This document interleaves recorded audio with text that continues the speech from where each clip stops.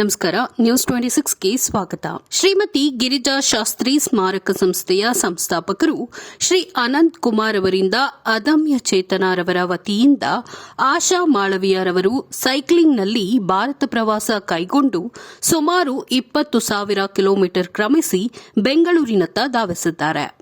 ಬೆಂಗಳೂರಿನ ಅದಮ್ಯ ಚೇತನದ ಮುಖ್ಯಸ್ಥರಾದ ಶ್ರೀಮತಿ ತೇಜಸ್ವಿನಿ ಅನಂತ್ ಕುಮಾರ್ ಅವರು ಅದಮ್ಯ ಚೇತನ ಕಚೇರಿಯಲ್ಲಿ ಅವರನ್ನು ಸನ್ಮಾನಿಸಿದರು.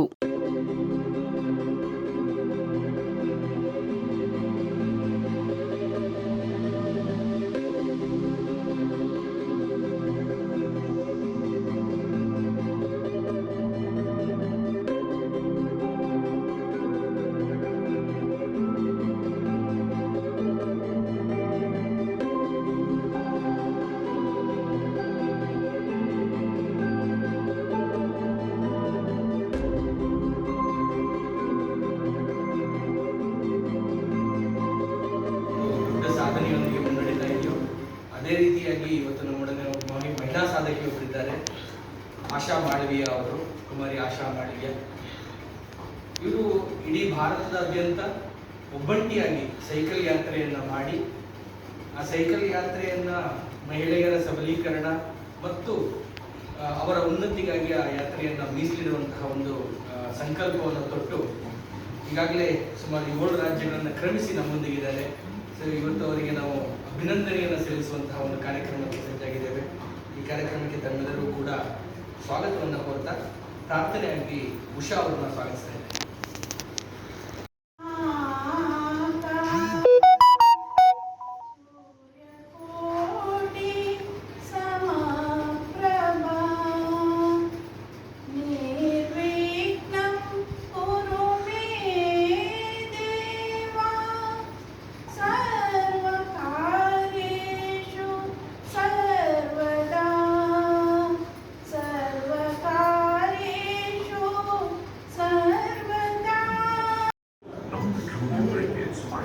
As fuel in the biomass stove, which generates steam to cook food. These briquettes are made from organic agricultural waste. A cogeneration plant to produce hot water without additional fuel is in place.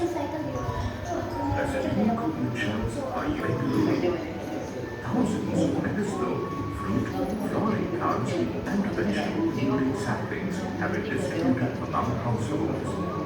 In order to mitigate the hazard of non-organic drum waste, plastic garbage collecting bins have been installed in various locations of Brahmihagi. Awareness and sensitization program. Over 3,000 liters of water that is used to rinse rice is recycled for watering the plants at Mount Botanical Garden. Water used as filter for the soup of farmers.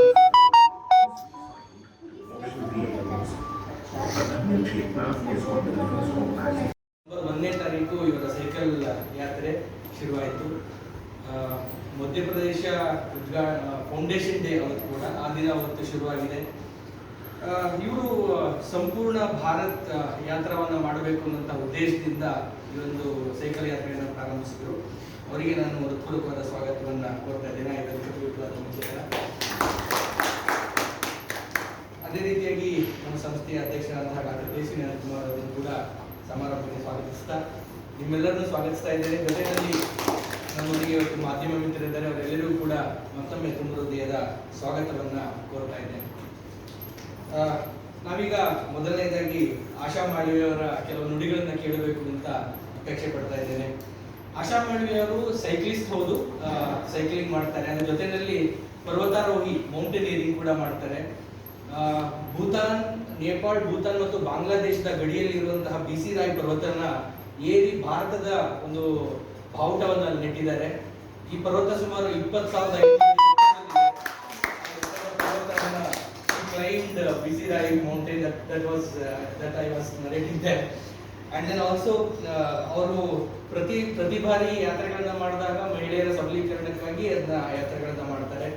ಅದೇ ರೀತಿಯಾಗಿ ಇವಾಗ 7,390 ಕಿಲೋಮೀಟರ್ಗಳನ್ನ cycling ಮಾಡಿದ್ದಾರೆ. ಇವರು ಒಬ್ಬಂಟಿಯಾಗಿ ಒಬ್ಬ ಮಹಿಳೆಯಾಗಿ 7,390 ಕಿಲೋಮೀಟರ್ಗಳನ್ನ ಕ್ರಮಿಸಿದ್ದಾರೆ. 2023ನೇ ಇಸ್ವಿನಲ್ಲಿ ಅವರು ಇಡೀ ಭಾರತದ 28 ರಾಜ್ಯಗಳನ್ನು ಕ್ರಮಿಸಿ ಅದಾದ ನಂತರ ಕೊನೆಯದಾಗಿ ದೆಹಲಿನಲ್ಲಿ ಈ ಯಾತ್ರೆಯನ್ನು ಅವರು ಪೂರ್ಣಗೊಳಿಸಲಿದ್ದಾರೆ. ಒಟ್ಟು 25,000 ಕಿಲೋಮೀಟರ್ ಸೈಕಲ್ ಯಾತ್ರೆಯನ್ನ ಮಾಡೋರಿದ್ದಾರೆ. ಸೊ ಇವ್ರನ್ನ ನಾನು ಇವಾಗ ಸ್ವಾಗತಿಸ್ತಾ ಇದ್ದೀನಿ. मैं आपसे विनती करता हूँ 2 शब्द बोलिए आप.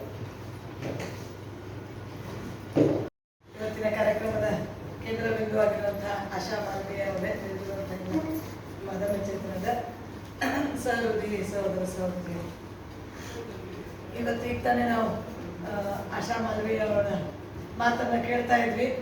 ಇಷ್ಟು ಅವಳ ವಯಸ್ಸಿಗೆ ಹೇಳಬೇಕು ಅಂದರೆ ನೋಡಿದಾಗ ಗೊತ್ತಾಗುತ್ತೆ, ಹೇಳಿದ ಮೇಲೆ ಆದರೆ ಅವಳ ಮಾತಿನಲ್ಲಿ, ಅವಳ ಅನುಭವದಲ್ಲಿ, ಅವಳ ಕೆಲಸದಲ್ಲಿ ಈಗ ತಾನೇ ಪೂರ್ಣಪ್ರಜ್ಞೆ ಹೇಳಿದಂಗೆ ನಮಗೆಲ್ಲರಿಗೂ ಪ್ರೇರಣೆ ಕೊಡುವಂಗೆ, ನಮ್ಮಲ್ಲೂ ಉತ್ಸಾಹ ತರೋ ರೀತಿಯಲ್ಲಿ ಅವರ ಕೆಲಸ ಆಗ್ತಾ ಇದೆ. मैं बता रही थी कि आपका उम्र तो कम है, वो दिखता है और बताया है आपके बायोडाटा में भी है, लेकिन आपके बातें, अनुभव और जो काम आप कर रहे हैं ये सब बड़ों के लिए, क्योंकि यहाँ हर उम्र के बहुत सीनियर लोग यहाँ है और बहुत सालों से हम सब अदम्य चेतना के माध्यम से अलग अलग संस्थाओं के माध्यम से काम कर रहे हैं, लेकिन हम सब के लिए आपका जो एक व्यक्ति का जो काम आप कर रहे हैं, it is something it's extraordinary कह सकते हैं, क्योंकि टीम में करना एक अलग बात है, लेकिन अकेले जो भी प्रॉब्लम हो हम फेस करेंगे ऐसे करके आप जो 7,300 जो कम नहीं है, हर दिन 150 किलोमीटर साइकिल चलाते हैं, प्रतिदिन 150 किलोमीटर ನಾವು ಬೆಳಿಗ್ಗೆ ಲಾಲ್ಬಾಗಲ್ಲಿ ಒಂದು 6,000 ಸ್ಟೆಪ್ಸ್ ಹಾಕ್ಬಿಟ್ರೆ ಇಷ್ಟೊಂದು ಸ್ಟೆಪ್ಸ್ ಆಯ್ತು ಅಂತ ನಾನು ಹೇಳ್ತಾ ಇರ್ತೀನಿ. ಆದರೆ ದಿನಕ್ಕೆ 100-150 ಕಿಲೋಮೀಟರ್ ಸೈಕಲ್ ನಡೆದು ಅವಳು ಬೆಂಗಳೂರಿಗೆ ಬಂದಾಗ ನನಗೆ ಮೊದಲ ಬಾರಿ ಫೋನ್ ಮಾಡಿದ್ರು. ನಾನು ಕೇಳಿದೆ ಮತ್ತೆ ಯಾರು ಬರ್ತಿದ್ದಾರೆ, ನನಗೇನು ಗೊತ್ತಿಲ್ಲ, ಊರು ಗೊತ್ತಿಲ್ಲ, ಅವಳು ಸೈಕಲಲ್ಲಿ ಒಬ್ಬಳೇ ಬರ್ತಿದ್ದಾಳೆ. ಆದರೆ ಅವಳಲ್ಲಿರೋ ಧೈರ್ಯ, ಕಾನ್ಫಿಡೆನ್ಸ್ ನೋಡಿ ನನಗೆ ನಿಜವಾಗ್ಲೂ ಆಶ್ಚರ್ಯ ಅನ್ನಿಸ್ತು. ನಮಗೂ ಒಂದು ಸ್ವಲ್ಪ ಧೈರ್ಯ ಬರ್ತದೆ ದೊಡ್ಡ ಕೆಲಸ ಮಾಡಲಿಕ್ಕೆ. ಇಲ್ಲ ನಾನು ಒಬ್ಬಳೇ ಹೋಗ್ಬೇಕಾ, ನಾವು ಭಾಳ ಸಲ ಅಂದ್ಕೊಳ್ತಾ ಇರ್ತೇವೆ, ಇವತ್ತು ಅವ್ರು ಬರ್ತಾರೆ, ಇವ್ರು ಬರ್ತಾರೆ, ಯಾರು ಜೊತೆಗಿಲ್ಲ ಅಂತ ಕ್ಯಾನ್ಸಲ್ ಮಾಡೋದು. ಹಿಂಗೆ ಅದನ್ನು ನೋಡದೆ ನಾನು ಬರಬೇಕು ಅಷ್ಟೇ, ಯಾರ ಪರಿಚಯ ಇರಲಿ ಬಿಡಲಿ, ಯಾರೋ ಸಿಗ್ತಾರೆ, ಏನೋ ಆಗುತ್ತೆ ಅನ್ನುವಂಥ ಧೈರ್ಯ ಅವಳಲ್ಲಿದೆ. ಆ ಧೈರ್ಯವೇ ಅವಳಿಗೀಗ 7,000 ಕಿಲೋಮೀಟರ್ ಕರ್ಕೊಂಡು ಹೋಗಿದೆ. ಇನ್ನೂ 13,000 ಕಿಲೋಮೀಟರ್ ಅಷ್ಟು ಹೋಗಬೇಕು, ಮತ್ತು ಅವಳು ಹೋಗ್ತಾಳೆ. ಧೈರ್ಯನೂ ಇದೆ, ಅವಳ ಶಕ್ತಿನೂ ಇದೆ. ಈಗ ಅವಳನ್ನು ತೋರಿಸ್ತಾ ಇದ್ರು ಜನರಲ್ ನಾಲೆಜ್ ಇದರಲ್ಲಿ ಪ್ರಶ್ನೆಗಳಲ್ಲೆಲ್ಲ ಇವಳು ಬರ್ತಾ ಇದೆ, ಯಾರು ಸೈಕಲಲ್ಲಿ 20,000 ಕಿಲೋಮೀಟರ್ ಒಬ್ಬಳೇ ಹೋಗ್ತಿರೋದು, ಈ ಥರದ್ದೆಲ್ಲ ಈಗ ಜಿಕೆ ಬುಕ್ಕಲ್ಲೂ ಬಂತು ಅಂತ ಅವಳನ್ನು ತೋರಿಸ್ತಾ ಇದೆ. ಮತ್ತು ಇವೆಲ್ಲಕ್ಕಿಂತ ಮುಖ್ಯವಾಗಿ ಅವಳು ಇಡೀ ಜಗತ್ತಿಗೊಂದು ಸಂದೇಶವನ್ನು ಕೊಟ್ಟಿರೋದು. ಸಾಮಾನ್ಯವಾಗಿ ಏನಾಗಿದೆ ಅಂತಂದರೆ, ಇವತ್ತು ನಾವು ಮಾಧ್ಯಮದಲ್ಲಿ ನೋಡ್ತಾ ಇರ್ತೀವಿ, ಪತ್ರಿಕೆಯಲ್ಲಿ ಹೋಗ್ತಿರ್ತೀವಿ, ಸೋಷಿಯಲ್ ಮೀಡಿಯಾದಾಯ್ತು, ಒಟ್ಟು ಒಂದು ಭಾವನೆ ಇರುವಂಥದ್ದು ಭಾರತದಲ್ಲಿ ಮಹಿಳೆಯರು ಸುರಕ್ಷಿತವಾಗಿಲ್ಲ, ಸಾಯಂಕಾಲ ಕತ್ಲಾದ ತಕ್ಷಣ ಒಬ್ಬಳೇ ಓಡಾಡುವಂಗಿಲ್ಲ, ಈ ಥರದ ಕೆಲವೊಂದು ಭಾವನೆಗಳು ನಾವು ಯಾವಾಗಲೂ ನೆಗೆಟಿವ್ ಸಂಗತಿಗಳನ್ನೇ ನೋಡ್ತಾ ಇರ್ತೀವಿ. ನೆಗೆಟಿವ್ ನೋಡಿದಾಗೆಲ್ಲ ಅದೇ ಭಯ ಬರ್ತದೆ. ಅದರ ಪಾಸಿಟಿವ್ ಬೇಕಾದಷ್ಟು ಆಗ್ತಾ ಇದೆ, ಆದರೆ ಆ ಪಾಸಿಟಿವ್ ಸಂಗತಿಯನ್ನು ಹೇಳೋರಿಲ್ಲ, ತೋರಿಸೋರಿಲ್ಲ. ಆ ದೃಷ್ಟಿಯಿಂದ ಇವತ್ತು ಆಕೆ 7,000 ಕಿಲೋಮೀಟರ್ ಒಬ್ಬಳೇ ಬಂದಿರೋದು ಸೈಕಲ್ನಲ್ಲಿ ಇದೇ ತೋರಿಸುತ್ತೆ. ಅಂದರೆ ಇಷ್ಟು ಸಹಜವಾಗಿ ಇದು ಮಾಡೋಕ್ಕೆ ಸಾಧ್ಯ ಇದೆ, ನಮ್ಮ ಕಣ್ಮುಂದೆ ಆಗಿದೆ. ಯಾವುದೋ ಪುಸ್ತಕದಲ್ಲಿ ಎಲ್ಲೋ ಟಿ ವಿಯಲ್ಲಿ ನೋಡಿದ್ದಲ್ಲ, ಇದು ಸೀರಿಯಲಲ್ಲಿ ನಾವು ಆವಾಗ ಒಂದು ಇದರಲ್ಲಿ ನೋಡಿದ್ವಲ್ಲ, ಒಂದು ಫಿಲ್ಮಲ್ಲಿ ಅದವೇ ಚೇತನದ ಒಂದು ಫಿಲ್ಮ್ ತೋರಿಸಿದ್ವಿ, ಜೀರ್ ಜಿಂಬೆ ಅಂತೇಳಿ ಒಂದು ಫಿಲ್ಮಲ್ಲಿ ಒಂದು ಹುಡುಗಿ ಬೆಂಗಳೂರಿಗೆ ಸೈಕಲಲ್ಲಿ ಬೆಂಗಳೂರಿಗೆ ಬಂದು कैपिटल होता है, तो फिल्म कन्नड़ में फिल्म आया था, हमने वो फिल्म को दिखाया। एक लड़की जो स्कूल में भी यहाँ साइकिल लेते हैं, शायद मध्य प्रदेश में लेते हैं, मालूम नहीं। मेरा नाम आशा मालवी है। मैं मध्य प्रदेश के राजगढ़ डिस्ट्रिक्ट के एक छोटे से गांव नाटाराम से हूँ। मैं स्पोर्ट्स में एक नेशनल प्लेयर हूँ और माउंटेनियर हूँ। माउंटेनिंग में मैं बुक ऑफ रिकॉर्ड होल्डर हूँ। अभी मैं ऑल इंडिया साइकिलिंग कर रही हूँ 25,000 किलोमीटर का, और यहाँ राइड मैंने मध्य प्रदेश स्थापना दिवस 1 नवंबर को मध्य प्रदेश की राजधानी भोपाल से शुरू किया था। साथ ही मेरी भारत यात्रा का उद्देश्य है कि आज हमारे भारत देश के लिए अदर देश में ये मैसेज है कि भारत में महिलाएं सुरक्षित नहीं है। तो सुरक्षा की दृष्टि से अगर मैं बात करूं तो मैं अकेले भारत यात्रा करके पूरे वर्ल्ड को ये मैसेज देना चाहती हूँ कि हमारा भारत देश बहुत सुरक्षित देश है और यहाँ महिलाओं की सुरक्षा का प्रॉपर ध्यान रखा जाता है। क्योंकि मैं हमेशा ये सोचती थी कि मैं मैं अपने देश के लिए ऐसा क्या करूं जो मेरे देश को आज इस चीज की जरूरत है। मैं मेरे देश के लिए नहीं, मेरे देश की जो छवि आज मेरे देश में सभी लोग बहुत अच्छे और बहुत प्यारे हैं।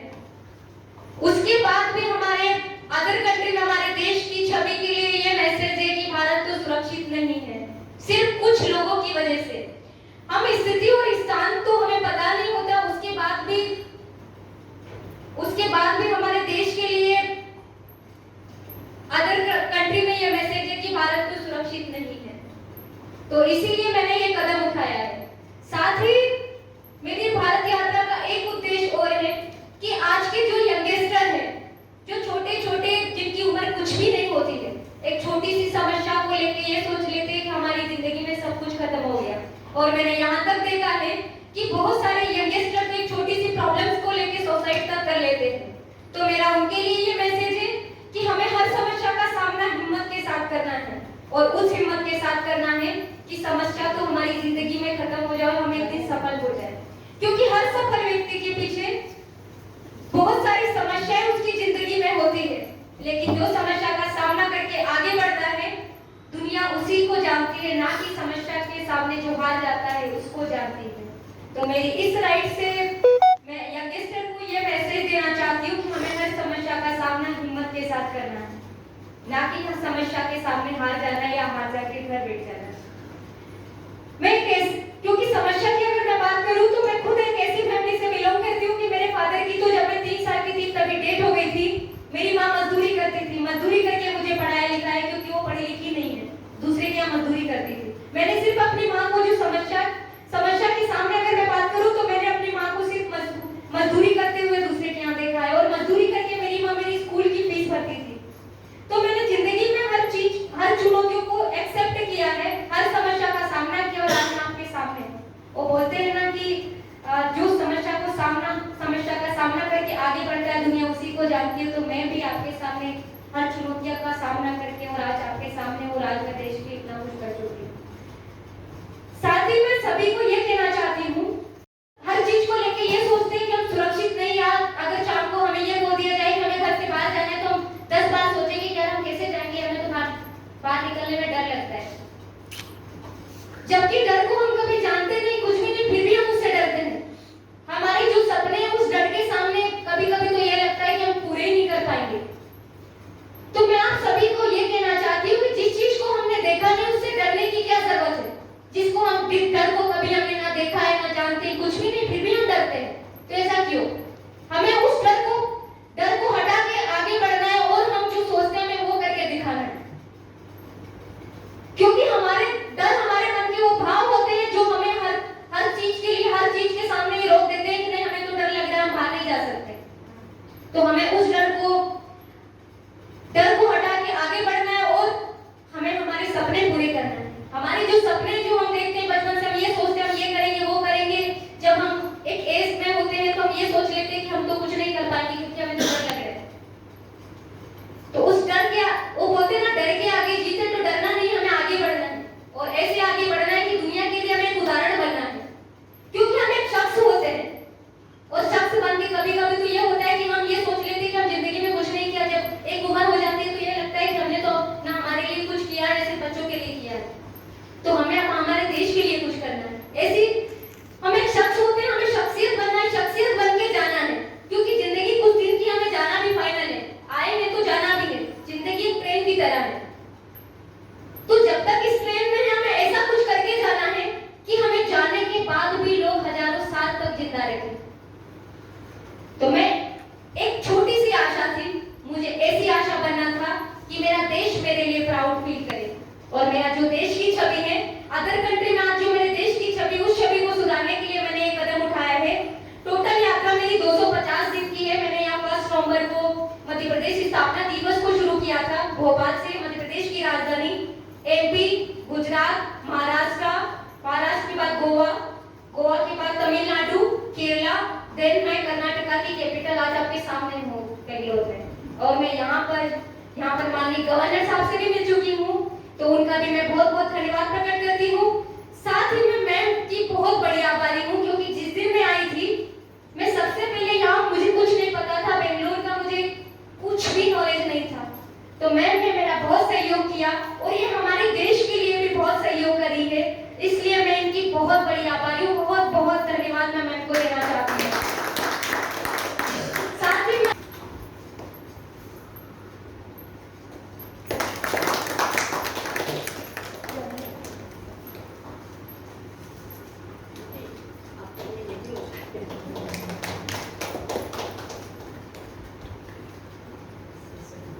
इसलिए मैं